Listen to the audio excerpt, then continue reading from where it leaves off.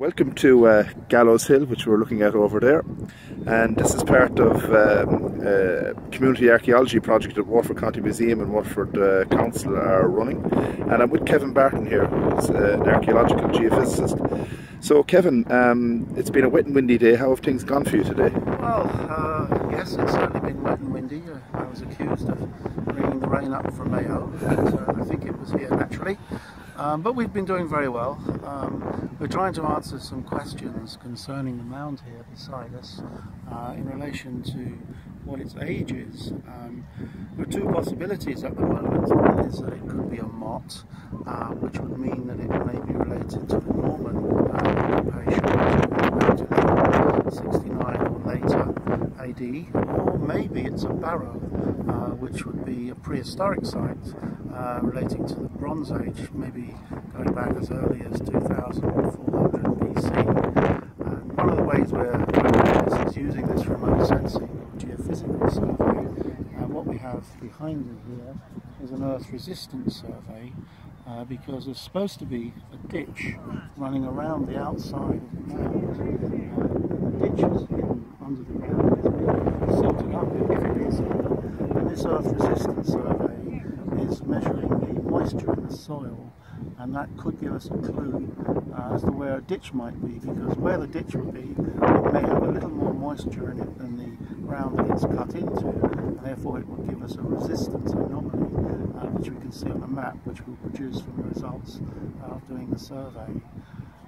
As a second survey, we've got a magnetic susceptibility survey going on, and it's just being set up at the moment. The grid is being put out, and that survey measures the ability of the soil to be magnetized. If the soil contains ferrous minerals, which might be resulting from throwing out of rubbish, ashes, that type of thing, it would give us areas where there's enhanced magnetic susceptibility, and that might be interesting in relation to the ditch, because the ditch may have been backfilled with this material from the occupation of the site, and it may give us a secondary indication of where the ditch might be. So basically we're giving ourselves two chances of finding everything. Two chances, yeah. In addition to that, tomorrow we're going to be trying another survey, which is called electrical resistive tomography, which is ERT for short.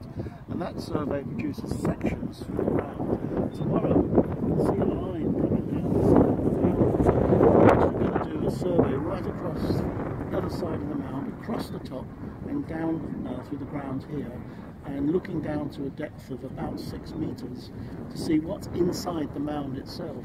Because if it's a barrow, it may have a buried chamber inside it, and if that's the case, then that will give us a clue that it's a barrow rather than a motte. But there is also one other possibility which we mustn't discount, the fact that it might be a hybrid.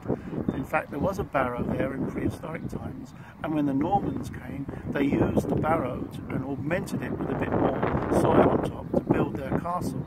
So it may have been originally a barrow and then became a motte in Norman times. So there's another exciting possibility which we hope to investigate by doing these surveys.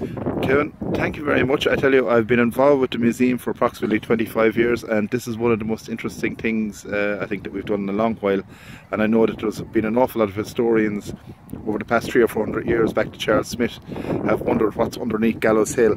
So hopefully at the end of this weekend we might have a better idea. Well, we're doing our best, despite the wind and the rain, to give it a go. We've got some very keen volunteers here helping us out, and hopefully we'll get the result we're all looking for. Thanks very much, Kevin. I appreciate it.